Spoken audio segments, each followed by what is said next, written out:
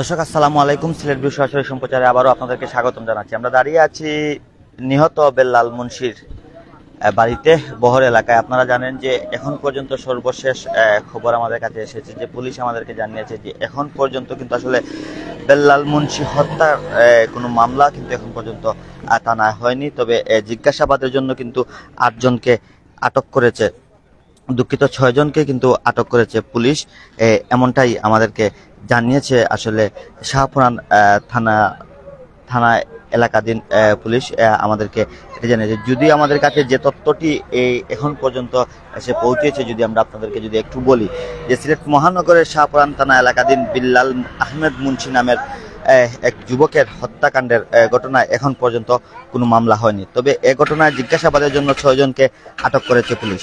সোমবার রাত 10টার দিকে শাহপুরান থানাধীন বাহুবল এলাকার দুই পক্ষের সংঘর্ষে নিহত হন বেল্লাল। জানা যায় তিনি স্থানীয় যুবদলের কর্মী ছিলেন। নিহত বেল্লাল আহমেদ মুন্সি শাহপুরান বাহুবল আবাসিক এলাকার জহুরুল ইসলামের ছেলে।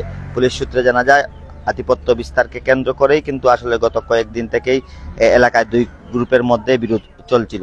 এ নিয়ে সোমবার সন্ধ্যায় একটি সালিশ বসেছিল, কিন্তু সেখানে সমাধান হয়নি। পরে আবার দুই পক্ষের সংঘর্ষে জড়ায়, এতে গুরুতর আহত হন ওই যুবক। পরে তাকে নিয়ে Sylhet MAG Usmani medical college হাসপাতালে গেলে জরুরি বিভাগে নিয়ে আসলে কর্তব্যরত চিকিৎসক মৃত ঘোষণা করেন।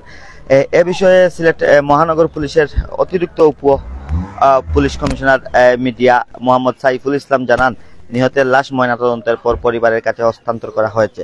বাদ মাগরিব জানাজার নামাজ অনুষ্ঠিত হওয়ার কথা। এ ঘটনায় এখনো মামলা হয়নি, তবে জিজ্ঞাসাবাদের জন্য 6 জনকে আটক করেছে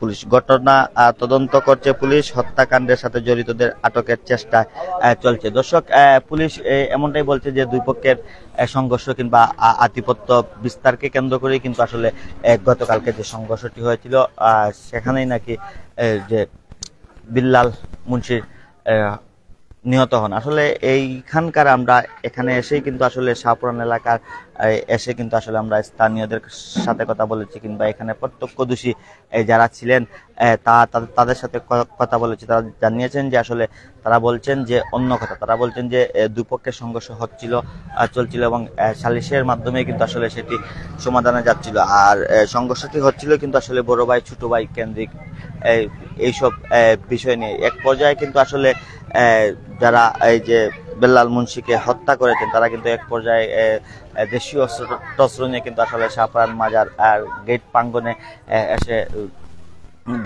পাল্টা দেওয়া করেন। এক পর্যায়ে কিন্তু বেল্লাল মুন্সি সেখানে পড়ে যান। তারপর ওইখান থেকে তাকে ধরে নিয়ে কিন্তু আসলে বাড়িতে রেখে একটি রুমের মধ্যে আটক রেখে কিন্তু আসলে নির্যাতন করে তাকে হত্যা করা হয়েছে, এমনটাই বলছিলেন যারা গিয়ে বেল্লাল মুন্সির মৃতর দেহটি উদ্ধার করে নিয়ে এসে Usmani Sylhet MAG Usmani medical college হাসপাতালে নিয়ে গেছেন। তারাই কিন্তু আমাদেরকে এমনটাই বলছিলেন। দর্শক, এই ছিল আমাদের কাছে বেল্লাল মুন্সি হত্যাকাণ্ডের সর্বশেষ খবরাখবর। পরবর্তীতে আবারও কোনো খবরাখবর নিয়ে আপনাদের সাথে সংযুক্ত হব। তখন আপনারা ভালো থাকুন, সুস্থ থাকুন, সিলেট ভিউর সাথেই থাকুন। আল্লাহ হাফিজ।